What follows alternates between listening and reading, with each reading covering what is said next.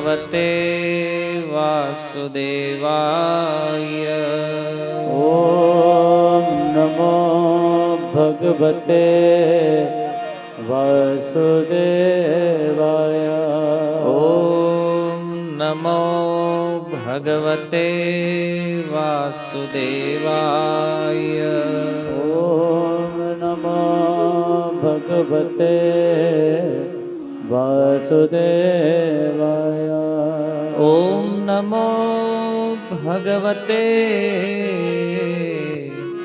વાસુદેવાય. ઓમ નમો ભગવતે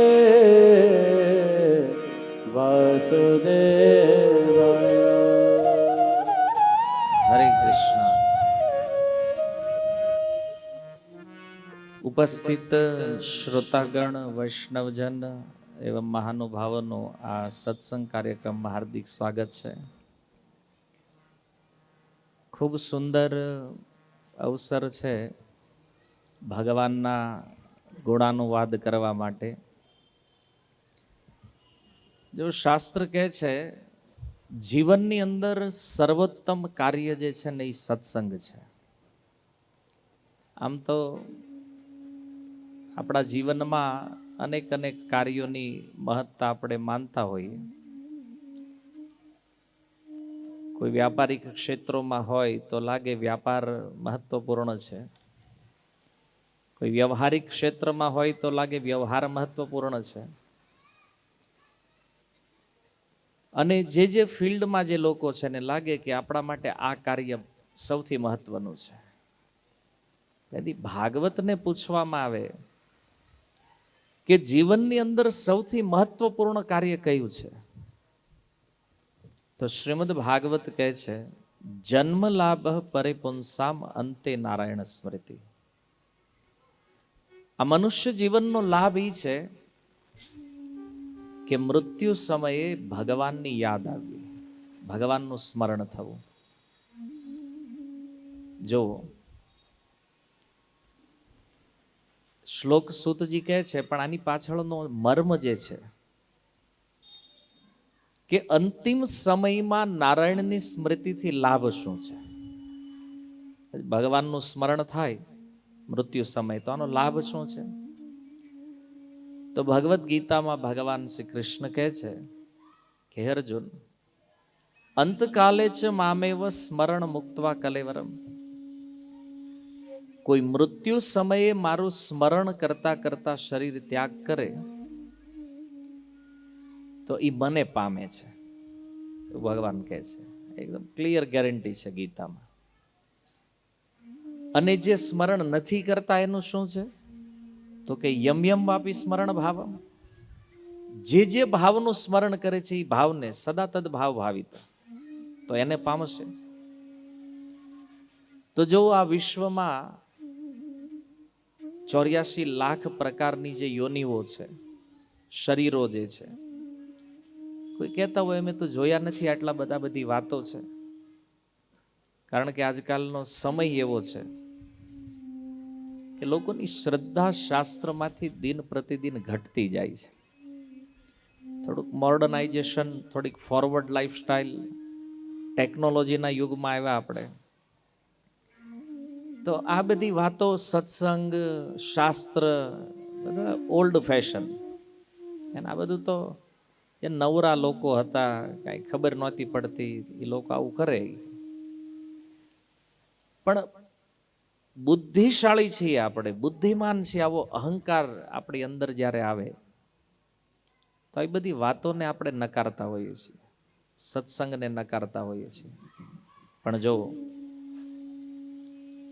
અમુક વસ્તુ તમે જોશો કે જે સર્વસામાન્ય છે, જે બધાની ઉપર લાગુ પડે છે સમાન રૂપથી, અને આને કોઈ નિવારી શકે એમ નથી. તો આવી જે સમસ્યા છે એ છે જન્મ, મૃત્યુ, જરા અને વ્યાધિ. આ સંસારમાં જન્મ લેવો આ એક સૌથી મોટી સમસ્યા છે. તમે કહેશો આમાં તો કાંઈ દુઃખ દેખાતું નથી, એ આપણે જાણતા નથી, પણ મૃત્યુને જાણીએ છીએ. કારણ કે આપણી નજર સામે ઘણા લોકો ગયા છે, ઘણા સ્વજનોને પોતાના હાથે સ્મશાન પહોંચાડ્યા છે આપણે. અને જીવનનું સત્ય અહીંયા ઊભું રહે છે. મૃત્યુ કોઈ પણ ફિલ્ડ, ગમે એવું વ્યક્તિત્વ, આ બધા માટે કોમન છે. આપણે પણ આવ્યા છીએ, જવાનું છે, જ્ઞાન પણ છે, જાણકારી પણ છે. જો આ દુનિયામાં કોઈ એવો વ્યક્તિ નથી જેને આ જ્ઞાન નથી. તમે કોઈ પણને પૂછો, ભક્ત હોય ન હોય, આમ રોડે રખડતા હોય, લારીઓ લઈ નીકળતા હોય, એને પૂછો કે ભાઈ એક દી મરવાનું, સાચું જ ખોટું? જવાનું છે. બધા લોકો જાણે છે, છતાં માથાકૂટ કંઈક બીજી જ કરે છે. એને ખબર બધાને છે. અને ઘણા કહેતા હોય સ્મશાનમાં જ્યારે એ જોવે કે આમ શરીરો બળી રહ્યા હોય, એવી કંઈક દુર્ઘટનાઓ બનતી હોય, તો જોવે કે આ જ સત્ય છે જીવનનું. એક દિવસ આપણી આ દશા થવાની છે ને. તો એ ધંધા બદલતા નથી. ધંધા એટલે હું ઓલું કમાવાળી વાત નથી કરતો. હા, ઓલું શાસ્ત્રની વાતો બધી અટપટી છે. ધંધા પ્રવૃત્તિ આપણી.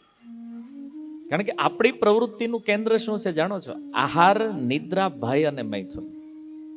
આ દુનિયામાં આપણે જે કાંઈ કરીએ છીએ ને, એનું પરિણામ 4 વસ્તુ છે.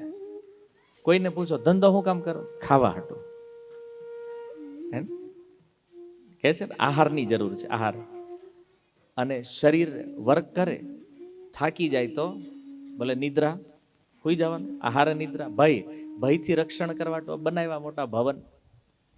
ઠંડી, ગરમી, વરસાદ, આનાથી બચવા માટે ભય. મૈથુન, આપણી જેવા અન્ય શરીરોને ઉત્પન્ન કરીએ છીએ, બાળકોને જન્મ આપીએ છીએ. આ 4 જ પ્રવૃત્તિ હાલે છે સંસારમાં. પણ સુખદેવ ગોસ્વામી ભાગવતમાં કહે છે કે આ 4 પ્રવૃત્તિઓમાં ફસાયેલા લોકો જે છે, આ 4 વસ્તુમાં લાગેલા લોકો છે, આને કહે છે ગૃહ મેધી. 2 શબ્દ છે, એક છે ગૃહસ્થ, એક છે ગૃહ મેધી. ગૃહસ્થ કોને કહેવાય? ગૃહસ્થનો અર્થ છે, ગૃહ માને ઘર, સ્થ માને જે સ્થિર છે. ઘરમાં જે રહે છે સામાન્ય અર્થમાં ગૃહસ્થ છે. પણ ચાણક્ય પંડિત કહે છે ખાલી ઘરમાં રહેવું એ ગૃહસ્થનું લક્ષણ નથી. ગૃહિણીમ ગૃહ ઉચ્યતે. જેના વિવાહ થયા છે, પત્ની છે, બાળકો છે, એની સાથે જે ઘરમાં રહે છે, આને આપણે ગૃહસ્થ કહીએ છીએ. આ પણ પરિભાષા યોગ્ય નથી. વાસ્તવમાં ગૃહસ્થ કોણ છે? તો કે જે પત્ની બાળકો સાથે ઘરમાં નિવાસ કરે અને સાથે ભગવાનનું ભજન કરતો હોય, આ ગૃહસ્થ છે. જે ભક્તિ કરે છે અને ખાલી બસ કમાઈને લાવે છે, પરિવારનું પાલન કરે છે, ખવડાવે પીવડાવે, મોજ કરે છે, આ કોણ છે? એને કહે છે ગૃહ મેધી. આ ગૃહસ્થીમાં ફસાયેલો વ્યક્તિ છે. જો કાર્ય બેયના એક તો સેમ છે, પરિવારનું પાલન કરવું, બિઝનેસ કરવો, બંને કરે છે. પણ એક એટલા માટે કરે છે કારણ કે એ ભજન કરે. એ જોવે છે પત્ની જે છે, બાળકો જે છે ને, આ મને ભગવાન દ્વારા પ્રાપ્ત થયા છે, અને જો આની સેવા જે કરવી ને એ મારું કર્તવ્ય છે, એ સમજીને કરે છે. અને સાથે પત્ની બાળકોને સાથે રાખીને ભજન કરે છે. આ ગૃહસ્થ છે. અને આ જ સેમ પ્રવૃત્તિ, કમાવું, પરિવારનું પાલન કરવું ને આ બધું કરીને જે કેવલ ભોગોનો આનંદ લેવાનો વિચાર કરે છે, આ ગૃહ મેધી છે. તો સુખદેવ ગોસ્વામી કહે છે પશ્યન અપી ન પશ્યતિ. જો આવા જે ગૃહ મેધી છે, એ જોવા છતાં પણ પોતાના મૃત્યુને જોતા નથી. સમસ્યા છે. જો આવવાનું છે મૃત્યુ નક્કી છે, ક્યારે આવવાનું છે કોઈની ખબર નથી. કે જે પશ્યન અપી ન પશ્યતિ. પશ્ય મને જોવે છે. શું જોવે છે? આ સંસારમાં કેટલા લોકો જઈ રહ્યા છે રોજ. તમે ન્યૂઝપેપર ખોલો સવારમાં, એક તો હવે ફાઇનલ ઓલી શ્રદ્ધાંજલિની કોલમ થઈ ગઈ છે. રોજ કેટલા જાય છે એ જોવો, એમાં જોઈ લો ફોટામાં કે આટલા લોકો આજ ગયા છે. અલગ અલગ પેપરમાં અલગ અલગ શ્રદ્ધાંજલિઓ આવે છે. ક્યાંક એવા ન્યૂઝ હોય, ક્યાંક દુર્ઘટના બની, અકસ્માત થયા, તો 50-100 લોકો મરી જાય છે.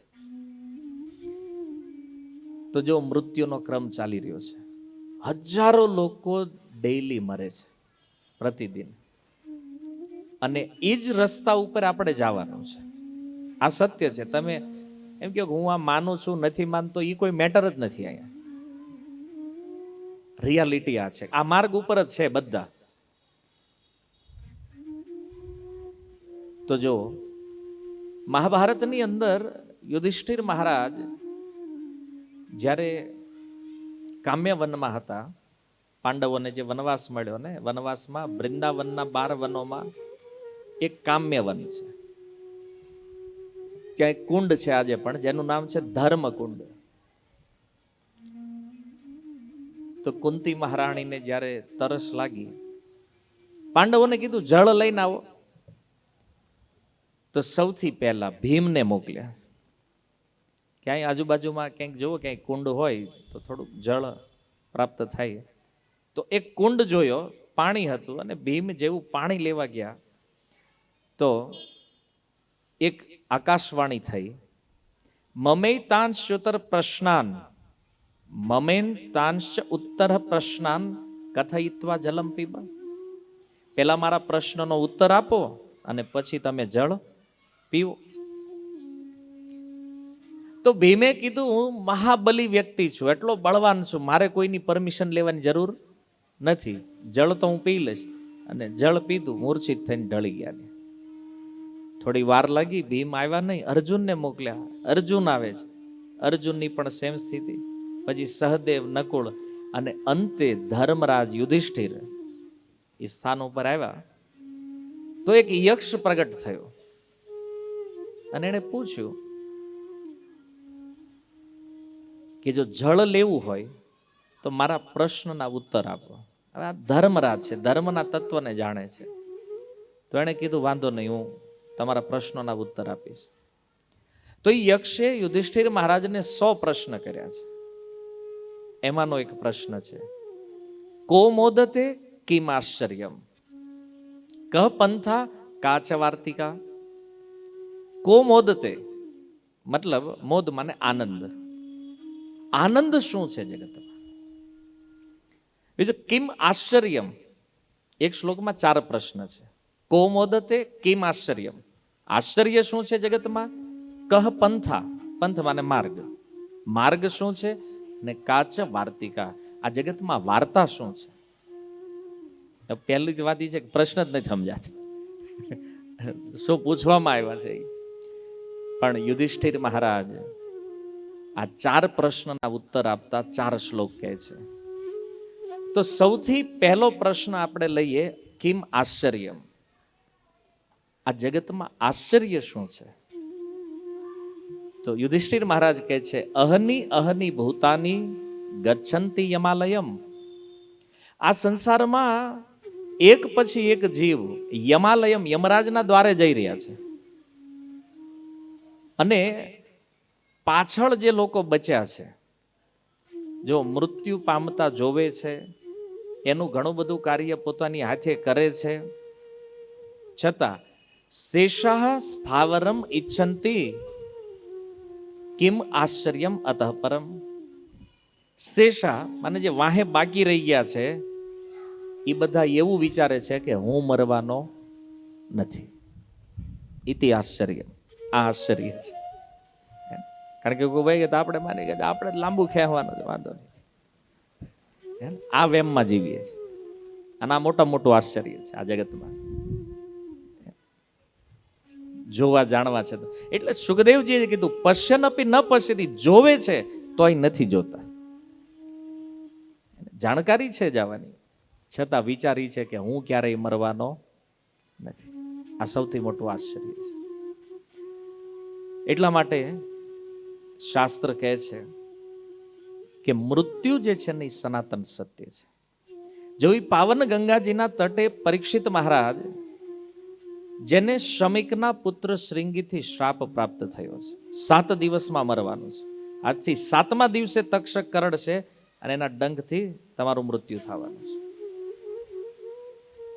તો હવે શ્રાપ સાંભળ્યો. માની લો આપણને કોઈ એમ કે તમારે 6 મહિના બાકી છે. હવે અચાનક તમે આમ દવાખાને ગયા, ડોક્ટરે રિપોર્ટ કર્યા અને કીધું 6 મહિના છો તમે, શું દશા થાય આપણી? થોડું કલ્પના કરી જો. 6 મહિનાનો ટાઈમ આપે કે હવે પછી તમારે જવાનું છે. અડધો તો એમના મરી જાય પહેલા. નહીં, ખબર પડે ને જવાનું. આ ખુશ થવા જેવું છે. સારું આપણને ટાઈમ તો ખબર પડી 6 મહિના છે. હવે બોલું રાતે હોતા હોય ને એમ નામ નીકળી ગયા. કોઈ વોર્નિંગ નોટિસ ખબર નથી પડતી. આ રોગ આમ તો શાસ્ત્રમાં દુઃખ છે, પણ મને એવું લાગે છે કે રોગથી જે જાય ને એને વાંધો નથી. કેમ? કારણ કે ટાઈમ પીરિયડ ખબર પડે. આનો કોઈ કેન્સર હોય કે આ 3 વર્ષ છે, 2 વર્ષ છે, 1 વર્ષ છે, 6 મહિના, ટાઈમ લિમિટ તો ખબર તો પડે કે આરું વજન કરાય. હે?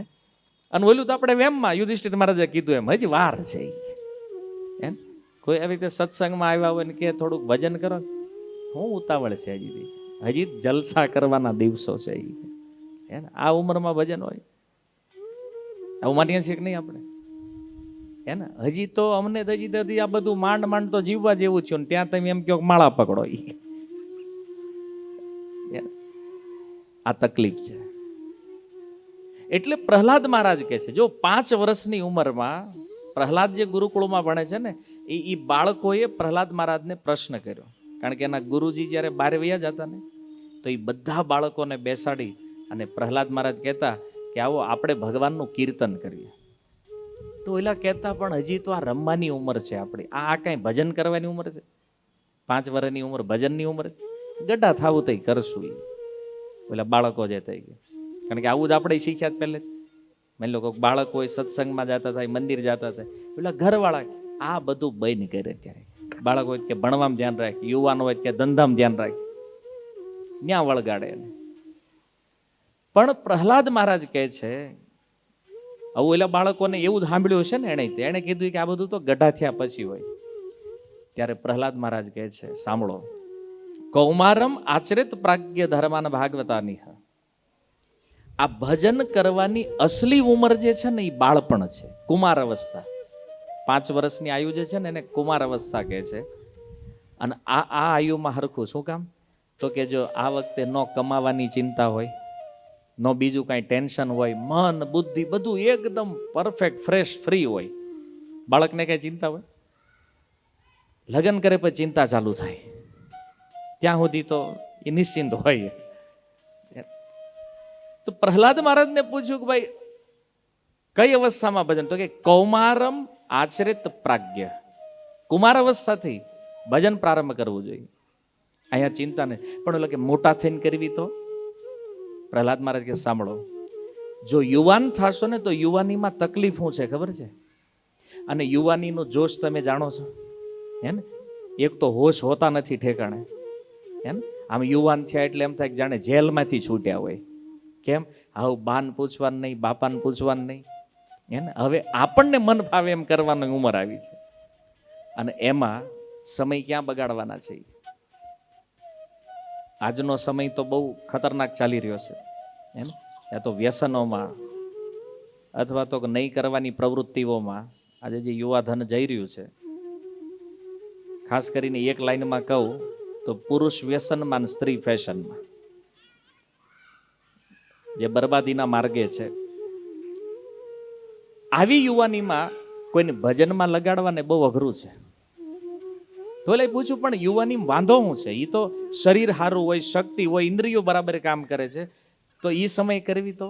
બોલે નહીં. જોવો, યુવાન થશો તમારા વિવાહ થશે, અને વિવાહ પછી પત્ની ઘરે આવશે, અને પત્નીની કાલી ગેલી ભાષા કેટલું મધુર મધુર બોલતી હોય, કેટલી સુંદર સુંદર વાતો કરતી હોય, પછી બાળકો આવશે અને પછી એનો પ્રેમ, અને આ બધું યુવાનીમાં ભગવાન યાદ આવવા દેતું નથી.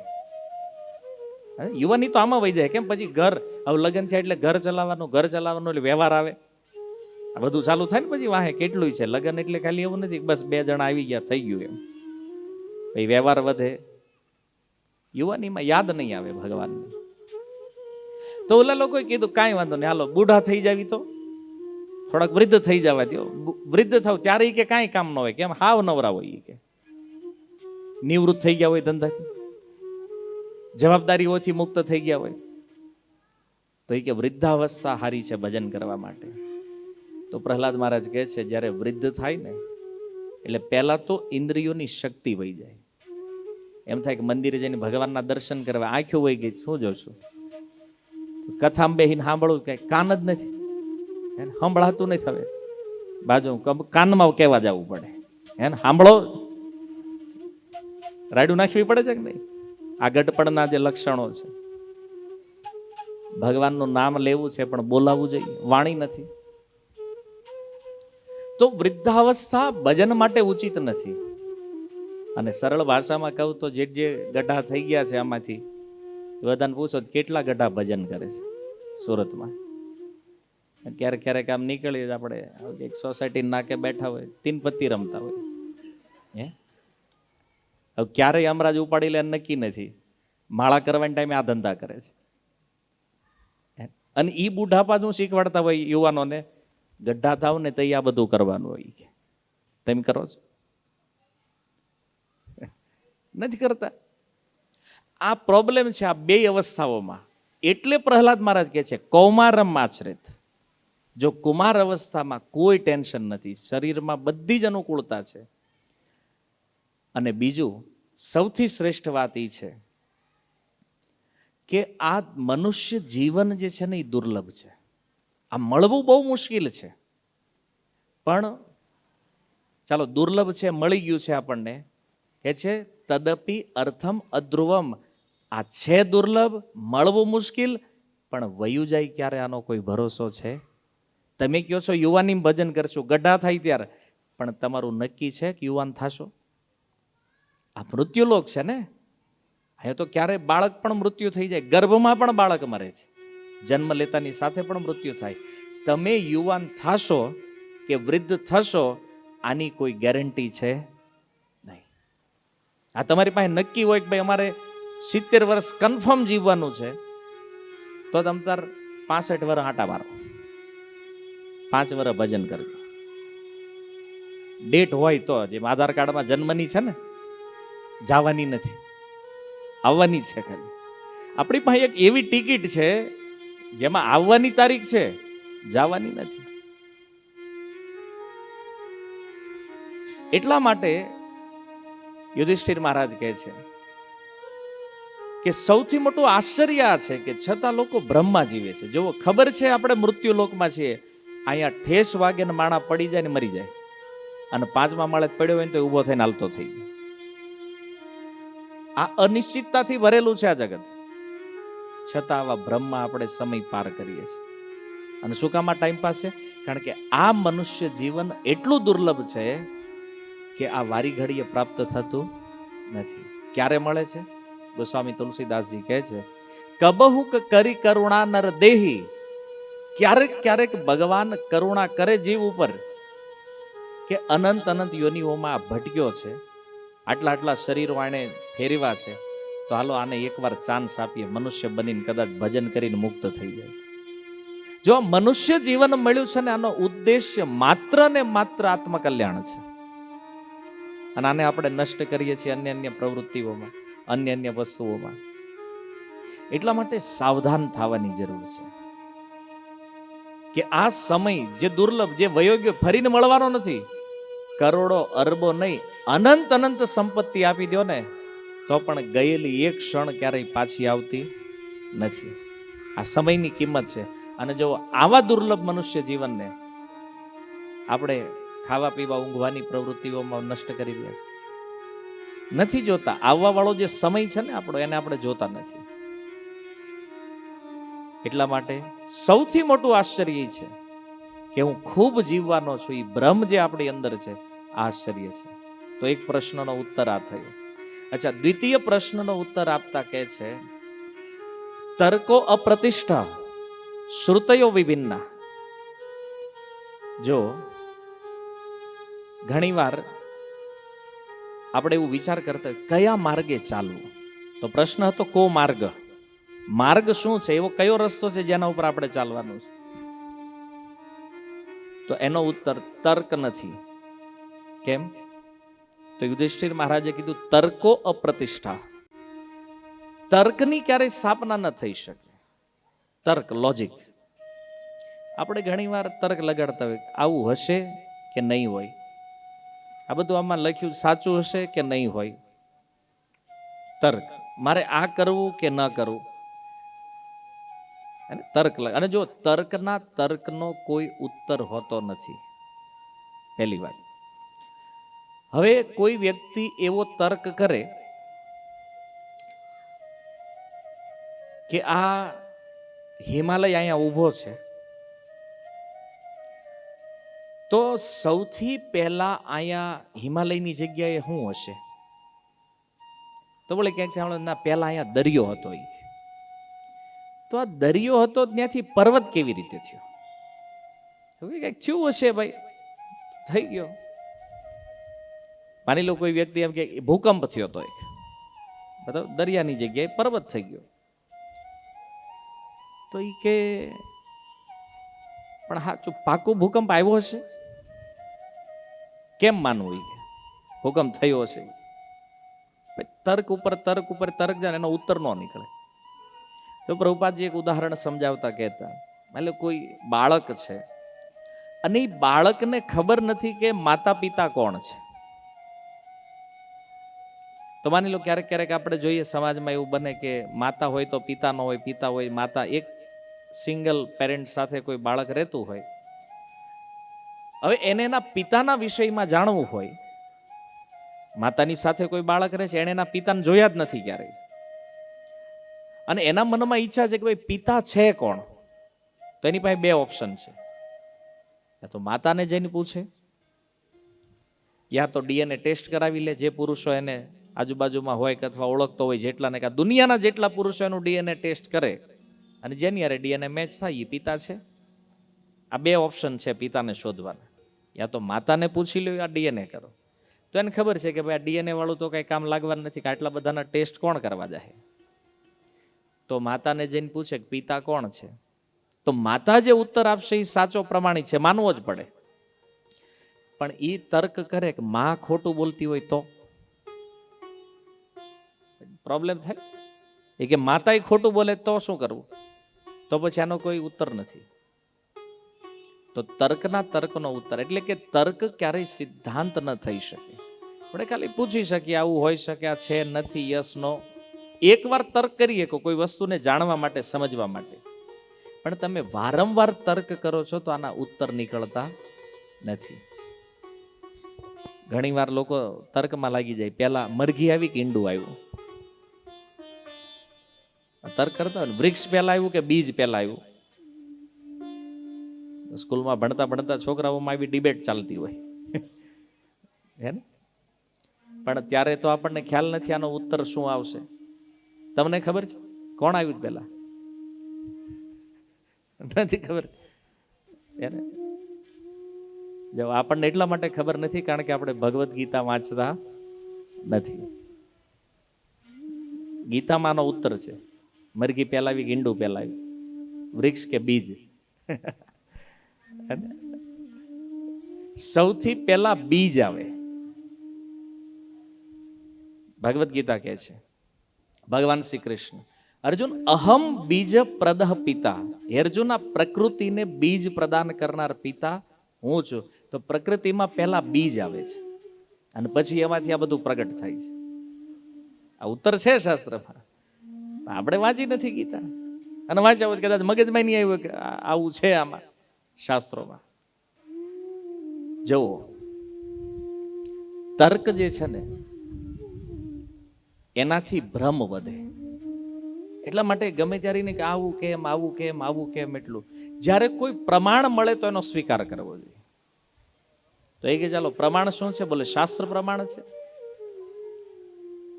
તો મહારાજ યુધિષ્ઠિર કહે છે શ્રુતયો વિભિન્ના. હવે શાસ્ત્ર કેટલા છે? તો કે વાંચતા વાંચતા જિંદગી પૂરી થઈ. એટલા બધા શાસ્ત્રો છે, તો એમાંથી કયું વાંચવું? આપણી પાસે તો સાર છે, આચાર્ય આપ્યો છે. ભગવદ્ ગીતા પકડો, શ્રીમદ ભાગવત રામાયણ આ સારરૂપ ગ્રંથો છે. પણ બીજા જુઓ તમે પુરાણ, તો 18 પુરાણ છે. એનાથી આગળ વધો 108 ઉપનિષદ, 4 વેદ, એટલું વિસ્તૃત શાસ્ત્ર છે. તો એમાં જ અટવાઈ જવું, કયું વાંચવું? સાર છે ગીતા, ભાગવત અને રામાયણ. તો કે હાલો શાસ્ત્ર છોડો, કોઈ ઋષિને પકડી લઈએ. નૈકો ઋષિર્યસ્ય મતમ પ્રમાણમ. કારણ કે જેટલા ઋષિ એટલા મત. એમ જાણો છો ને, યાજ્ઞવલ્ક્ય ઋષિ તો એનો મત અલગ છે, ગૌતમ ઋષિ એનો મત અલગ છે. બધા ઋષિઓના પોતપોતાના મત જુદા જુદા છે. તો શું કરવું? કયા માર્ગ ઉપર હાલવું? અને આ બધાથી ધર્મનું તત્વ સમજાય કેવી રીતે? તો યુધિષ્ઠિર મહારાજ કહે છે, ધર્મસ્ય તત્વમ નિહિતમ ગુહાયા. ધર્મનું તત્વ એટલું ગુહ્ય છે, એટલું ગુપ્ત છે. તો આપણી જેવા સામાન્ય લોકો જે છે, આને શું કરવું જોઈએ જેનાથી પરમ સત્યને સમજી શકે? તો એ છે મહાજનો યેન ગતસ પંથા. મહાજનો જે માર્ગ ઉપર ચાલ્યા છે, મહાપુરુષો જે રસ્તે હાલ્યા છે ને, એ રસ્તે ચાલવું જોઈએ. હે ને? મહાજન કોણ છે? જો 12 મહાજનોના નામ ભાગવતની અંદર છે. એક છે બલિ મહારાજ, શુકદેવજી, બીજું છે યમરાજ, નારદ, શિવજી, કપિલ, કુમાર, જનક મહારાજ, પ્રહલાદ મહારાજ. આ બધા ધર્મને જાણવા વાળા મહાજનો. પિતામહ ભીષ્મ, આ મહાજનો છે. આ બધા ધર્મના તત્વને જાણે છે. એટલા માટે ઈ જે માર્ગે હાલ્યા છે, ઈ માર્ગે ચાલવું જોઈએ. આપણને કાંઈ ખબર ન પડતી હોય, શાસ્ત્ર ન સમજાતું હોય, કે કાંઈ વસ્તુ મન પકડી નથી શકતું, તો સીધું છે મહાજનો જે રસ્તે ચાલ્યા છે એ રસ્તે ચાલો. અચ્છા, પ્રહલાદ મહારાજ એક મહાજન છે, જે કહે છે ને ભજન કરવું જોઈએ બાળપણમાં. કેવી રીતે? બોલે ભગવાનનું નામ લ્યો. આ નામ જે છે, આ નામ સર્વ સમર્થ છે.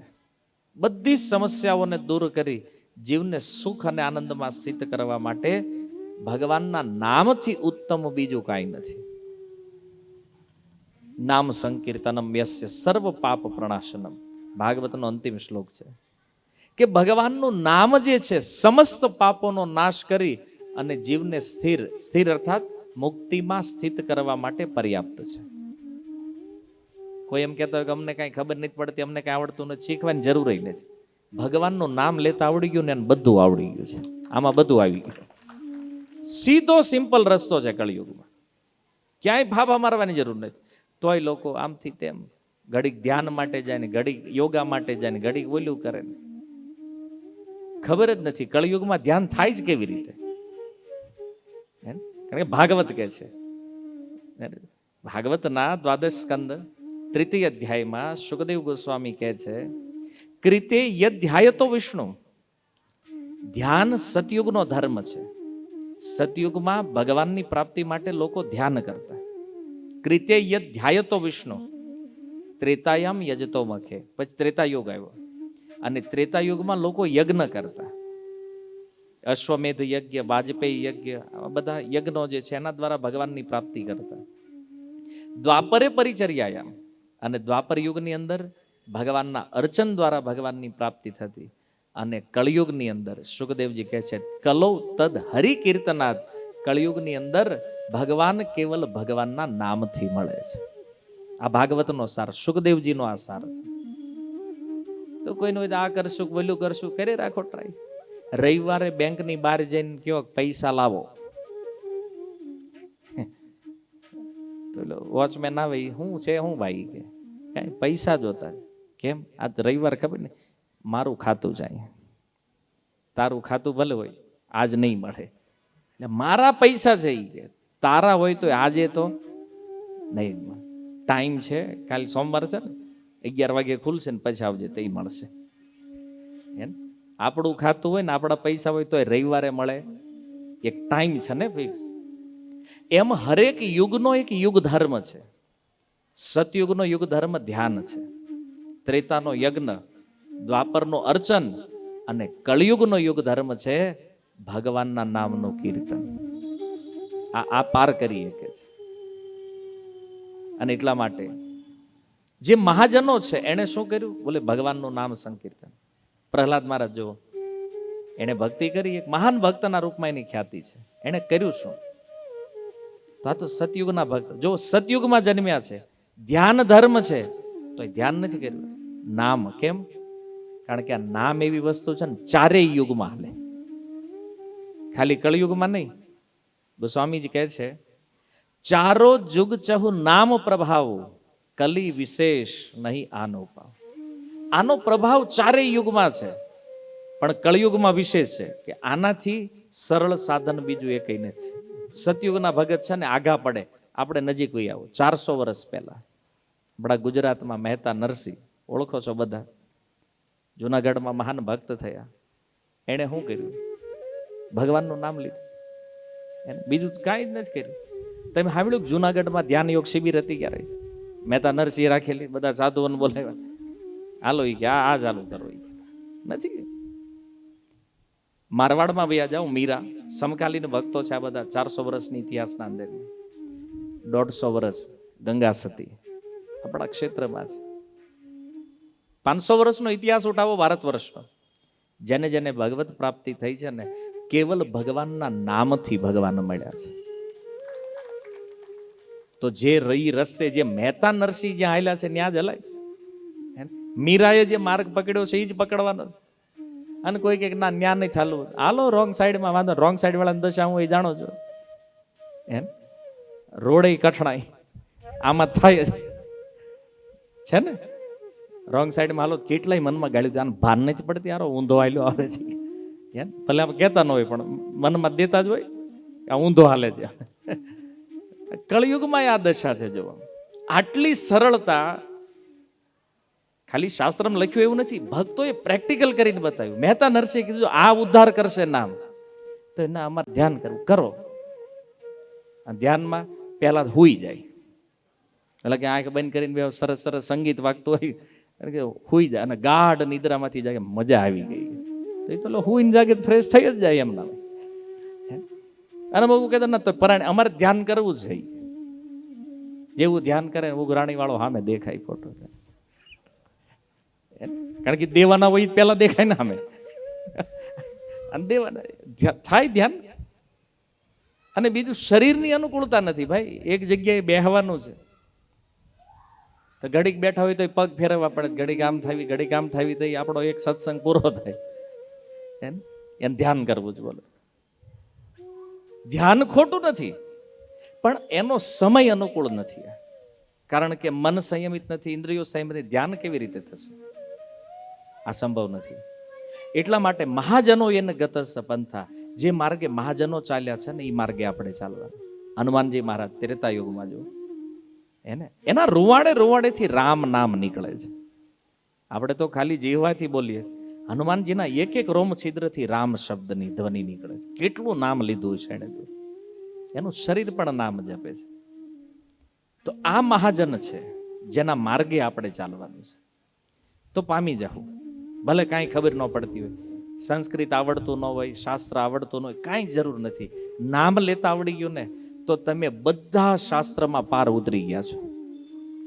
જો તમને નામ લેતા આવડી ગયું તો દુનિયાની બધી નદીઓમાં તમારા સ્નાન થઈ ગયા છે. જો હરિ નામ તમારી જીહવા ઉપર આવી ગયું તો આ ભારતના બધા તીર્થોમાં તમારી યાત્રાઓ થઈ ગઈ છે. આ બધું કરી ચૂક્યા છે કોણ? જેની જીહવા ઉપર ભગવાનનું નામ છે. હરે કૃષ્ણ કૃષ્ણ કૃષ્ણ હરે હરે, હરે રામ રામ રામ હરે હરે. તો આ થયો દ્વિતીય પ્રશ્નનો ઉત્તર. ત્રીજા પ્રશ્નનો ઉત્તર આપતા કહે છે ક વાર્તા. વાર્તા શું છે જગતમાં? તો યુધિષ્ઠિર મહારાજ કહે છે કાળ. કાળ એટલે કે સમય, જે નિત્ય પરિવર્તનશીલ છે. જે સમય, જો કાળ કોણ છે? એક પ્રશ્ન ગીતામાં પણ છે, એકાદશ અધ્યાયમાં. ભગવાને જ્યારે વિશ્વરૂપ દર્શન કરાવ્યું અર્જુનને, અને અર્જુને જોયું કે આ તો બધાને ખાઈ રહ્યા છે, તો અર્જુનથી સહજ પ્રશ્ન નીકળ્યો, કોણ છો તમે? તો ભગવાન કહે છે કાલોસ્મી. હે અર્જુન, હું કાળ છું. શું કામ આવ્યા છો? બોલે આ જગતને ખાવા માટે. અને જો કાળ જે છે ને એક એક ક્ષણ નિરંતર આપણી લઈ રહ્યો છે, એક એક ક્ષણ આપણી નષ્ટ કરી રહ્યો છે, અને આ કન્ટિન્યુ હાલે છે. હમણાં એક ક્ષણ જે ગઈ આપણી, એ હવે ગઈ, એ હવે પાછી નથી આવવાની, એ કાળ ખાઈ ગયો. તો આ ખાય છે બધાને કાળ. સૂર્યરૂપી અગ્નિ, આગ જે છે એની એ છે સૂર્ય. રાત અને દિવસ જે છે ને ઈંધણ છે. અને કઢાઈ જે છે એ છે ભવસાગર. મહિના અને ઋતુ એ જે ને રોટલી તેમ કરો તો આમ ઉલટ પુલટ કરો છો, એ ઉલટ સુલટ જે થાય છે એ છે દિવસ અને રાત. જો અત્યારે રાત છે, કાલે દિવસ થાય, ઉલટી ગઈ એક વાર, એ દિવસ પછી પાછી એક રાત થાય, પાછું ઉલટી ગયું. તો આ રીતે આ કાળ જે છે ને એ દેહધારી જીવોને પકાવી રહ્યો છે. જેમ આપણે રોટી પકાવીએ છીએ ચૂલા ઉપર, એમ કાળ બધાને પકાવે છે. અને આ સૌથી શ્રેષ્ઠ વાર્તા છે, શ્રેષ્ઠ ખબર આ છે, શ્રેષ્ઠ ન્યૂઝ આ છે. કેમ? આમાં જીવનનું ગંભીર દર્શન છે. જુઓ, એક રાજાની સભામાં પ્રશ્ન થયો કે જગતમાં સૌથી વધારે બળવાન શું છે? તો કોઈએ કીધું હાથી બળવાન છે, કોઈ કે નહીં ઘોડા બળવાન છે. તમે જો ને હોર્સ પાવર, આપણે ઇંગ્લિશમાં એક એકમ છે હોર્સ પાવર, તો એ અહીંથી જ આવ્યું છે, ઘોડાનું બળ. હોર્સ માને ઘોડો, પાવર એની શક્તિ, હોર્સ પાવર લે, ઘોડો બળવાન છે. બધા જ્યાં જ્યાં જેની જેની બુદ્ધિ હાલી એને લગાવ્યું. પણ અંતે એક વિદ્વાન કહે છે કે સૌથી બળવાન કાળ છે. કેમ? કાળ, કાળ એટલે સમય. અને જો આ આપણે જાણીએ છીએ, માનતા નથી, એ વાત જુદી છે. જાણકારી બધા વાત વાતમાં ક્યારેક કોકની યાર લડાઈ થઈ હોય, કંઈક ફાઇટ થઈ હોય ને, તો કે એકવાર મારો સમય આવવા દેજો, એમ આ તારો સમય હાલે છે, એકવાર મારો સમય આવવા દે, પછી હું દેખાડું તને. એનો અર્થ કંટ્રોલ કોના હાથમાં છે? કાળના હાથમાં. બધા એની વાટ જોવે છે કે કાળ ક્યારે અમારે અનુકૂળ થાય, એમ. અને કાળ જેને અનુકૂળ હોય આ જગતમાં એનો જય થાય, અને કાળ જેને અનુકૂળ નથી એનો પરાજય થાય છે. આ સત્ય સિદ્ધાંત છે. અને એટલા માટે સમયની કિંમત કરવી બહુ જરૂરી છે. મહાભારતનો પ્રસિદ્ધ દોહો છે, એમ કે જો સમય સમય બલવાન હે નહીં મનુષ્ય બળવાન.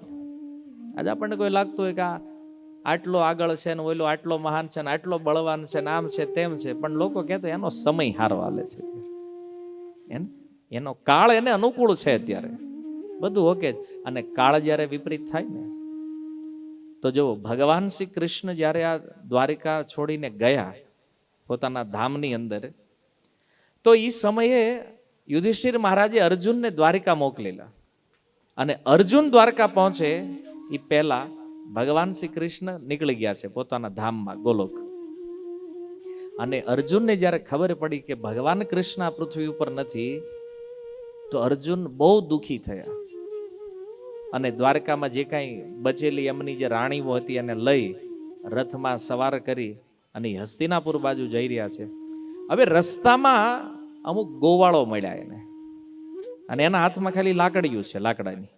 અને અર્જુનના હાથમાં ગાંડીવ ધનુષ છે, જેનાથી મહાભારતનું યુદ્ધ જીત્યું છે. તો જો કૃષ્ણ જે ગીતામાં બોલ્યા છે ને, કાલોસ્મી, હું કાળ છું, આ કાળનો પ્રભાવ જુઓ. કે કાળ જ્યારે અર્જુનની હારે છે, તો એ જ ગાંડીવથી હજારો લાખો કરોડોના માથા વાટી નાખ્યા એને. એ બાણથી કેટલા યોદ્ધાઓને મૃત્યુને ઘાટ ઉતારી દીધા અર્જુને. અને એ અર્જુન આજે સામે કોણ છે? સામાન્ય ગોવાળ. એના હાથમાં શસ્ત્ર શું છે? બોલે લાકડી. અર્જુનના હાથમાં ગાંડીવ. અને પરિણામ શું આવ્યું જાણો છો? અર્જુન હાર્યા એનાથી. જે કૌરવોના વિશાળ સૈન્ય સાગરથી નથી હાર્યા, એ કોણથી હાર્યા છે? એક ગોવાળોથી. કહેવત ત્યાંથી ચાલુ થઈ. અને એ ગોવાળો એ ભગવાન કૃષ્ણની પત્નીઓ જે જેટલી પણ રાણીઓ હતી ને લઈને વયા ગયા એને. અર્જુનની શું દશા થઈ હશે વિચારો. હાર્યા તો ખરા, ઓલી સ્ત્રીઓને લઈને વહી ગયા. અને ઓલી સ્ત્રીઓ એવી કટાક્ષ દ્રષ્ટિથી અર્જુનની સામે જોતી, એ કે અર્જુન અમારી રક્ષા કરવાના બાને લઈને આવ્યો હતો ને જો અમને લઈને જાય છે.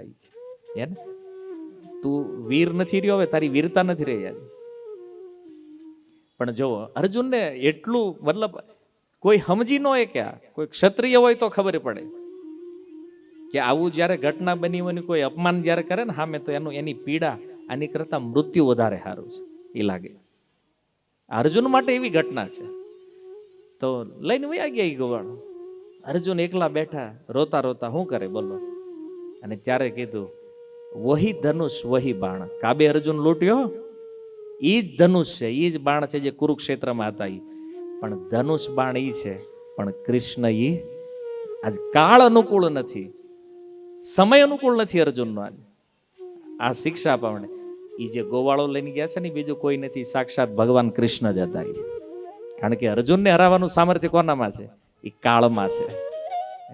પહેલા કહી દીધું છે, અર્જુન કાલોસ્મી કાળ હું છું. ગોપ સખાઓના રૂપમાં એ ગોવાળોનો રૂપ લઈને કૃષ્ણ જ આવ્યા છે. અને અર્જુનને હરાવીને વિલે મોઢે મોકલી દીધો હસ્તિનાપુર. અને એ ઉદાસ મોઢું જોતા યુધિષ્ઠિર સમજી ગયા કે હવે કાળ અમારે અનુકૂળ નથી. તરત રાજ્ય પરીક્ષિત મહારાજને આપીને સ્વર્ગારોહણ માટે નીકળી ગયા. તો જો વિચારણીય વસ્તુ એ છે કે જ્યાં સુધી આપણો સમય સારો લાગે છે તો સમજો કે ભગવાન અનુકૂળ છે. કાળ ભગવાનની જ શક્તિ છે. પણ રાત દિવસ આપણને ધીરે ધીરે ગળી રહ્યો છે. જેમ અજગર ગળે છે ને, અજગરને ગળતા જોયા તેમ ટીવીમાં જોયું, આવું રિયલમાં જ નહીં જોયું હોય. કોઈ પકડે ને અજગર તો ધીરે ધીરે ધીરે ધીરે ગળે. એમાં કાળ જે છે ને એ આ રાત દિવસ સમયને બાદ કરતા કરતા આપણા આયુષ્યને કાપી રહ્યો છે. આજે હમણાં રાતે 12 વાગશે, આપણા જીવનમાંથી એક દિવસ ઓછો થઈ જાય. આપણને આનું દુઃખ નથી. કાલે સવારે પાછા જાગશું, ફરીથી કાલ રાતે 12 વાગશે, વળી એક દિવસ આપણા જીવનમાંથી. જો એક એક ક્ષણ આપણને ગળી રહ્યો છે કાળ. અને આ બર્થડે ઉજવીને બહુ ખુશ થાવી જ આપણે. મારા 3 થઈ ગયા, એમ હું 3 નો થઈ ગયો. 3 નો થયો ને ગયો, 3 નો ઈ કાળના મુખમાં વયો ગયો છું. આ હસવાની વાત નથી. ઈ 30 વર્ષ જે હવે ક્યારેય પાછા આવવાના નથી. ગયો ઈ સમય. આ વિચારણીય છે. આની ઉપર ગંભીરતાથી કોઈ વિચાર કરે તો એને આત્મકલ્યાણના માર્ગે જવાની પ્રેરણા. જો કાળ ગળે છે, આપણને ખબર નથી કે આપણું સમય રૂપી અમૂલ્ય ધન, આપણું જે બેલેન્સ છે ને ધીરે ધીરે ઓછું થઈ રહ્યું છે. આપણે એની ઉપર વિચાર પણ નથી કરતા. અને એક સુંદર ઉદાહરણ શાસ્ત્રોમાં છે. કાળની ઉપમા સર્પ સાથે આપી છે. સાપ અને કાળ બેયનું કામ છે ગળવું. કાળ જીવાત્માઓને ગળે છે, ઓલા દેડકાને ઉંદરને ગળે છે. પણ ક્યારેક તમે જોવો છો કે સાપ જ્યારે કોઈ દેડકાને પકડે છે ને તો થાય હું પેલો દેડકો અડધો મોઢામાં આવેલો હોય, અડધો બહાર હોય, સાપના મુખમાં બેઠો છે. અને એ દેડકો જો કોઈ મચ્છર જીવડું ઉડતા ઉડતા આવે, એ પાછી એને ખાવા જીભ લાંબી કરતો હોય ને. આવું જોયું? દેહમાં રહ્યા હોય ખબર હોય, વાડિયા આ દ્રશ્ય દેખાય તમને, ખેતરે ગયા હોય તો. આ બધા ઉદાહરણો ગામડાના છે ભાગવતમાં. એટલે અમારા ગુરુ મહારાજ કહેતા કે જેને ભાગવત સમજવું છે ને એને ગામડે રહેવું જરૂરી છે. દેહમાં જે રહે ને એને ભાગવત જલ્દી સમજાય. આ શહેરવાળાને સમજાવવું બહુ અઘરું છે. માનો કે કઈક વાડીનું વર્ણન આવે તો આને કેમ સમજાવવું વાડ? કારણ કે દિવાલું જ છે બધી, જ્યાં જો હોય ને આમાં ક્યાંય વાડી દેખાય નહીં. આવે છે ને ગમાણ આવે, ગમાણ આવેલા આંટા મારતા છોકરા કઈ ગયા એને પૂછો ગમાણ ખબર છે? ના ખબર પડે. બિચારા ઇંગ્લિશ મીડિયમમાં પહેલે જ નાખ્યા છે, નહીં સમજાયા. હવે એનું વર્ણન કઈક આવ્યું ભાગવતમાંથી, બિચારા સમજાવવું કેમ તમે કયો? તો વાત એ છે, એ ઉદાહરણ છે કે દેડકો છે સાપના મુખમાં અને ટ્રાય શું કરે છે? એની આગળ જે ઓલું જીવડું ઉડે છે ને એને પકડવાની ટ્રાય કરે છે. આપણી સ્થિતિ આ છે. કાળ આપણને પ્રતિક્ષણ ગળી રહ્યો છે અને તોય આપણે સંસારમાં આ પકડી લઉં, ઓલું લઈ લઉં, ઓલું પકડી લઉં, ઓલું પકડી લઉં. 5 વર્ષ ઈ કે પછી હું સુખી થઈ જવાના બસ. અને અમુક હજી વાટે છે દીકરાને લગ્ન થાય એટલી વાત, પછી આરામ જ આરામ. પછી ખબર પડે કે આરું લગન થી હવે જ ઉપાધિ ચાલુ થઈ ગઈ. થયા છે કે નહીં? એને ઘણા વાટે દીકરો એકવાર પરણી જાય ને એટલે છૂટા ઈ કે આપણે પછી બંધાણા હરખાય ને કેમ આવું ફાવતું નથી. લેવો સુખી થવાને વાટે બેઠા. ઘણાને એમ હતું હારો દીકરો એકવાર ધંધે લાગે ને પછી વાંધો નહીં, તો આવીને ઓલો ઊંધું નાખે બધું. એ કે આને રોકો હવે નકર આ સેઈ પૂરું કરી નાખે. તો વાટ જોતા હતા સ્વપ્ન સુખની, યારું એક દિવસ સુખ મળી જાય, એટલો ટાઈમ આવશે તો સુખી થઈ જવું. નથી થતું. જે વિચારીએ છીએ ને આપણે, જે પ્લાન લઈને બેઠા છીએ ને, એ પ્લાનને કાળ ઊંધો ફેરવી નાખે છે. આ કોઈનું પ્રારબ્ધ સારું છે કે એને અનુકૂળ થઈ જતું હોય, બાકી મોટા ભાગે તો ઘટના એવી બને છે કે જે પ્લાન આપણે કરીએ છીએ ને કાળ એને ફેરવી નાખે છે. તો જો આ એક જીવનનું ગંભીર દર્શન છે અને આ નિરંતર ચાલતું રહે છે. એટલા માટે આપણે બધાએ એક ના એક દિવસ આ કાળરૂપી સર્પના મુખમાં સમાઈ જવાનું છે. આ દરરોજના ન્યૂઝ છે, ડેઈલી ન્યૂઝ આ છે કે એક દિવસ આપણે આ કાળના મુખમાં, રોજના પેપરની હેડલાઇન આ છે. આ ન્યૂઝ એને કહેવાય ને જે નવું નવું હોય રોજ. તો આ વાત એક છે પણ રોજ નવી છે. આપણે જવાનું છે. તો આ વાર્તા છે. અને જો આનંદ શું છે? એક પ્રશ્ન થયો ને, આનંદ કમોદ. તો પંચમે અહની ષષ્ઠે વા શાકમ પચતી સ્વગૃહે અંદ્રિણી ચ પ્રવાસી ચ સવારીચર મોદતે. જો પોતાના ગૃહમાં હોવું, સ્વગૃહે, અનઋણી મતલબ આપણી ઉપર કોઈનું ઋણ ન હોય, લેણું ન હોય. એમ આ માણા મોજમાં હોય. વાત સમજાય? લેણું હોવું જોઈએ, કારણ કે ઉધારી વાળો કોઈ દી સુખી થઈ શકે નહીં. આ મહાભારત કહે છે. ઉધાર લેવું નહીં અને ઉધાર દેવું નહીં, બેયનું ઉજાગરા. આપણા ગુજરાતની સિસ્ટમ અદભુત છે. આપણા પૈસા કોકને દીધા હોય, એ લેવા જાવી તો એને કહેવાનું કે મારે આ કામ છે ને એટલે પાછા જોતા દે ભાઈ.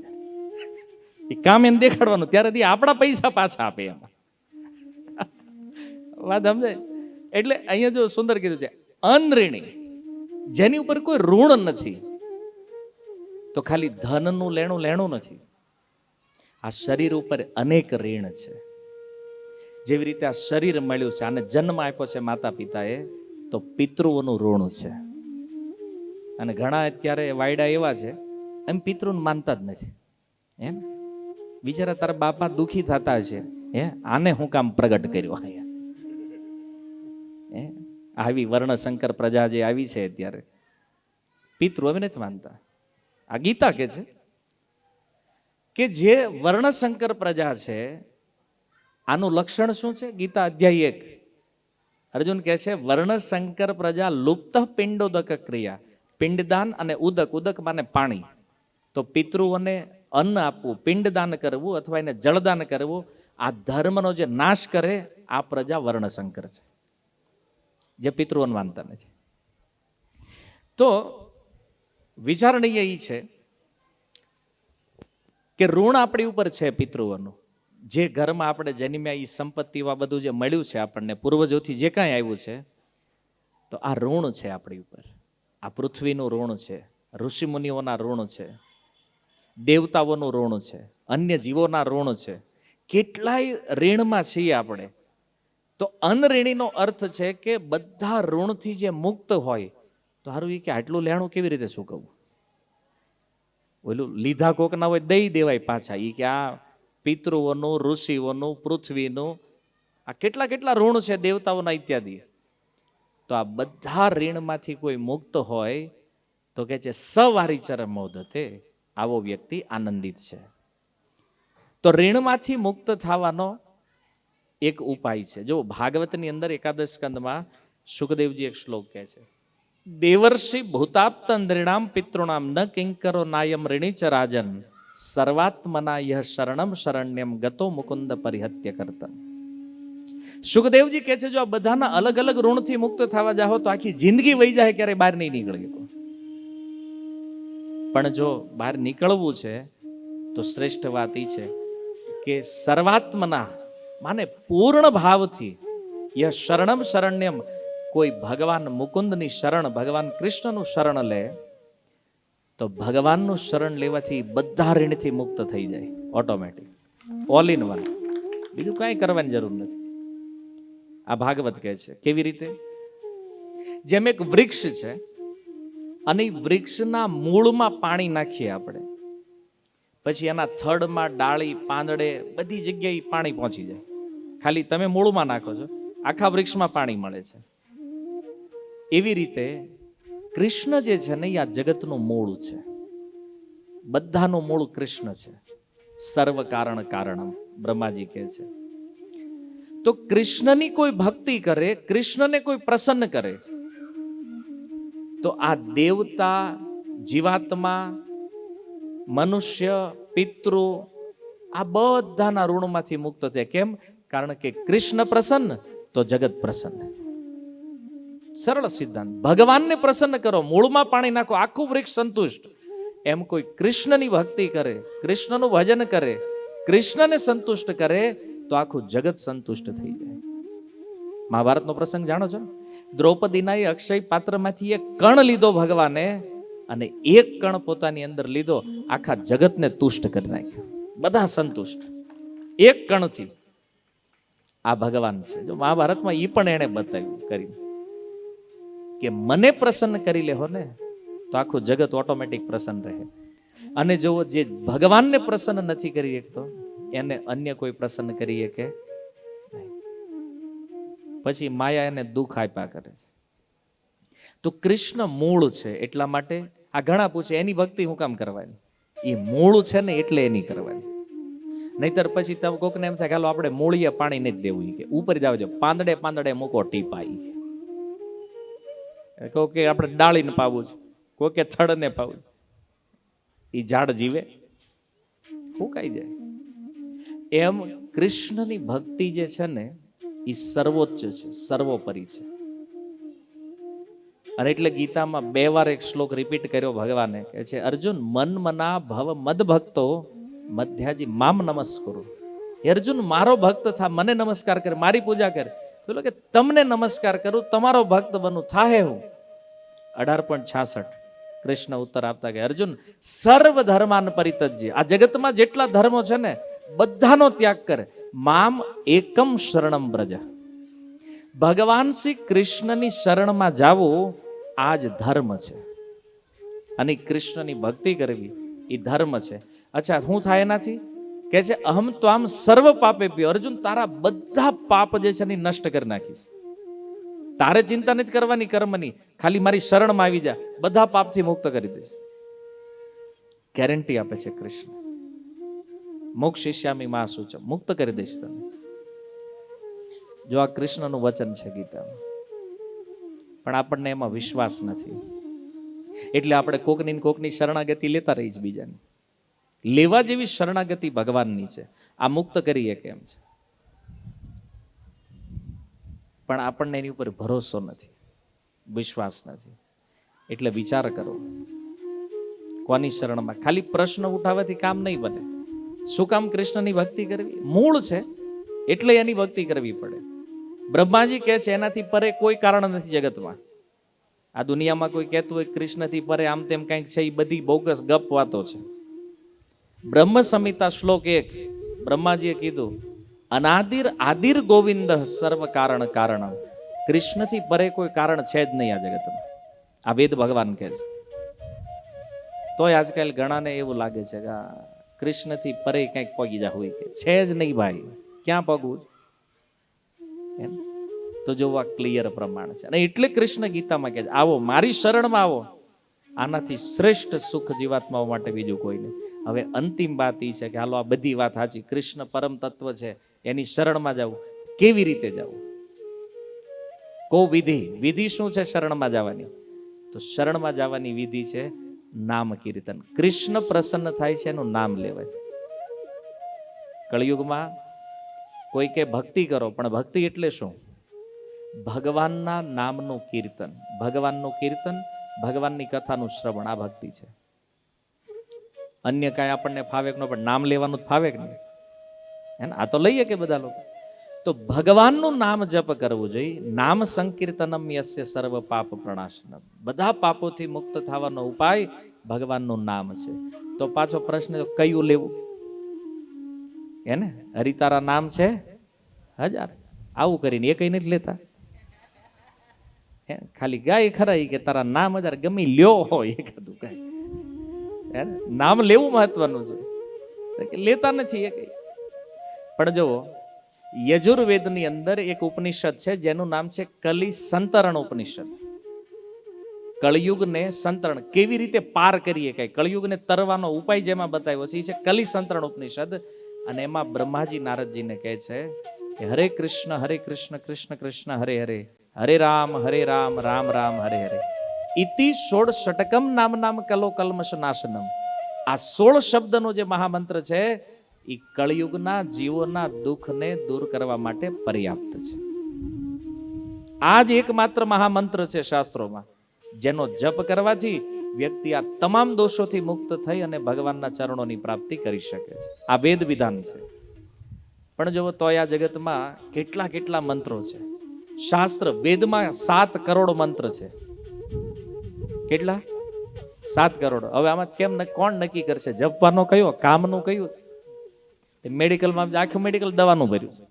બધી દવા રોગ મટાડવાની છે. એમાં રોગ થાય એવી એકઈ નથી, બધી મટાડવાની. તમારે કઈ દવા લેવાની છે?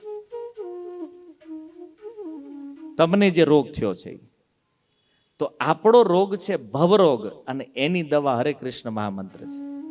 તો ઘણાના મનમાં તમે ઈસ્કોન વાળા છો એટલે કયો કે મહામંત્ર જપો. અમે ક્યાં ઈસ્કોનને માનીએ છીએ? અમારે શું કરવું? તમારે આ જ લેવાનું છે. શું કામ? કારણ કે વેદ કહે છે, અને વેદ કોઈ સાંપ્રદાયિક ગ્રંથ નથી. વેદ તો ઈસ્કોનના નથી. વેદ સમગ્ર માનવ જાતિ માટે છે. એમાં બ્રહ્માજીએ મનુષ્યોના કલ્યાણ કળયુગ વાળાનો ખાસ ઉપાય બતાવ્યો છે. આપણે કોઈ પણ મંત્રને મહામંત્ર ટાઇટલ મારી દેવી થઈ ન જાય. પ્રમાણ આપણે કોઈ મંત્રને કેવી કે મહામંત્ર ક્યાં છે એ જોવું પડશે ને. તો આ વેદ મંત્ર છે. અચ્છા, અન્ય મંત્ર કેમ નહીં? તો એના માટે ક્વોલિફિકેશન જરૂરી છે. વેદનો કોઈ પણ મંત્ર જપવો હોય યોગ્યતા જોઈએ. એમાં વેદ મંત્ર જપવાની યોગ્યતા ઉપનયન છે. અને જેની પાસે ઉપનયન નથી એ વેદ મંત્ર જપ નહીં કરી શકે. તો આજકાલ ફેશન ચાલે છે ગાયત્રી મંત્ર જપવાની, મહામૃત્યુંજય જપવાની. લોકોને એમ છે કે આનથી પામી જવું નહીં, વહેલા ઉકલી જવું. એટલે મહામૃત્યુંજય કે અમર થઈ જવું. મરવાના જ છો તોય. શું કામ? કારણ કે યોગ્યતા વગર જપી રહ્યા છે. મંત્રમાં ફોલ્ટ નથી, ક્વોલિફિકેશન નથી આપણું. એટલે જુઓ, કળયુગમાં લગભગ કોઈ ક્વોલિફાઈડ નથી જપ કરવા માટે વેદ મંત્ર. અને એટલા માટે બ્રહ્માજી એક સરળ ઉપાય આપ્યો કે આ બધા મંત્ર તંત્ર છોડો, એક જ મંત્ર છે જે તમારું બધું કામ કરીએ કેમ છે, ઓલ ઇન વન. એક જ દવા, ગમે એ રોગ થયો હોય એક જ ટેબ્લેટ છે. અને આ છે હરે કૃષ્ણ કૃષ્ણ કૃષ્ણ હરે હરે, હરે રામ રામ રામ હરે હરે. તો કોઈના મનમાં થાય પણ એ તો અમારે કૃષ્ણને પામવા હોય તો, અમારે રામને પામવા હોય તો. હા, આમાં સ્વરૂપ છે ભાઈ, જુદા જુદા ભગવાનના અવતારો. એ કે તમે કૃષ્ણ માટે કીધું, અમારે તો રામને જોતા. તો મેં કીધું ને, ઓલ ઇન વન છે. જે ભગવાનના સ્વરૂપને પામવા ચાહો છો આ મંત્ર તમારી સામે પ્રગટ કરશે. અને આનું પ્રમાણ ભાગવતમાં જુઓ. ધ્રુવ મહારાજ ઓમ નમો ભગવતે વાસુદેવાય જપતા હતા, તો એની સામે ભગવાન હરિ અવતાર લઈને આવ્યા, હરિરૂપમાં પ્રગટ થયા વનમાં. પ્રહલાદ મહારાજ સેમ મંત્ર ઓમ નમો ભગવતે વાસુદેવાય, આ સતયુગનો મંત્ર છે, ઓમ નમો ભગવતે વાસુદેવાય. તો પ્રહલાદ મહારાજ સામે નરસિંહ ભગવાન આવ્યા. સ્વરૂપ બદલાણું, મંત્ર ઈનો ઈ છે. એ જ મંત્ર ત્રેતાયુગમાં સ્વયંભૂ મનુ એને જપ કર્યા, તો એને ત્યાં ભગવાન રામ રૂપે આવ્યા. મંત્ર સેમ, ઓમ નમો ભગવતે વાસુદેવાય. જુઓ, ભક્ત અલગ અલગ, ભગવાનના રૂપ અલગ અલગ, પણ મંત્ર એક. એમ આ હરિનામ જે છે, તમે કોઈ પણ સંપ્રદાયને માનો છો, તમારી શ્રદ્ધા ક્યાંય પણ છે, ભગવાનના કોઈ પણ અવતાર કે રૂપને જોવા માંગો છો, આ હરે કૃષ્ણ મહામંત્ર તમને ત્યાં પોગાડી દેશે. આ બ્રહ્માજીનું વચન છે વેદમાં, યજુર્વેદ. વાત સમજાય? એટલે કન્ફ્યુઝનમાં રહેવાની જરૂર નથી. યાર આપણે પહેલે જ કંઈક જપી છે, હવે શું કરવું? આ જ કરવાનું છે બધાને. હરે કૃષ્ણ કૃષ્ણ કૃષ્ણ હરે હરે, હરે રામ રામ રામ. આ સાર છે કળયુગથી પાર થવાનું. એટલે સુખદેવજીએ ભાગવતમાં કીધું, કલેર દોષે નિધે રાજન અસ્તિ એકો મહાન ગુણ, કીર્તના દેવ કૃષ્ણસ્ય મુક્ત સંગ પરમ ભજે. કે જે હે પરીક્ષિત, કળયુગમાં કોઈ મુક્ત થવા ચાહે છે તો એને કીર્તના દેવ કૃષ્ણસ્ય, એને કૃષ્ણનું કીર્તન કરવું પડશે. ક્લિયર ભાગવતમાં લખી દીધું. કૃષ્ણ હું કામ? સુખદેવજીને ખબર હતી કે આવડા ડખા કરવાના ભગવાનના નામે કળયુગમાં થવાનું છે. એટલે કે હું જ લખી દઉં, નકર તો એમ ન કે ભગવાનનું કીર્તન કરજો, જેને માનતો હોય નામ લગાડી દેજો. કે ક્લિયર ભાગવત કહે છે કીર્તના દેવ કૃષ્ણસ્ય મુક્ત સંગ પરમ વ્રજે. જો કૃષ્ણનું કીર્તન કરશો તો સંસારથી મુક્ત થશો. આ ભાગવતનો નિર્ણય છે. અને એટલા માટે સુખદેવ ઈ પણ ધર્મના એક મહાજન છે. જો વિશ્વાસ છે સુખદેવજીના વચનમાં, વ્યાસના વચનોમાં, તો એની આજ્ઞા અનુસાર આ હરિનામ જપ કરો અને જીવનને સુખમય આનંદમય બનાવો. હરે કૃષ્ણ. શીલ પ્રભુપાદ કી. નિતાઈ ગૌર પ્રેમાનંદે.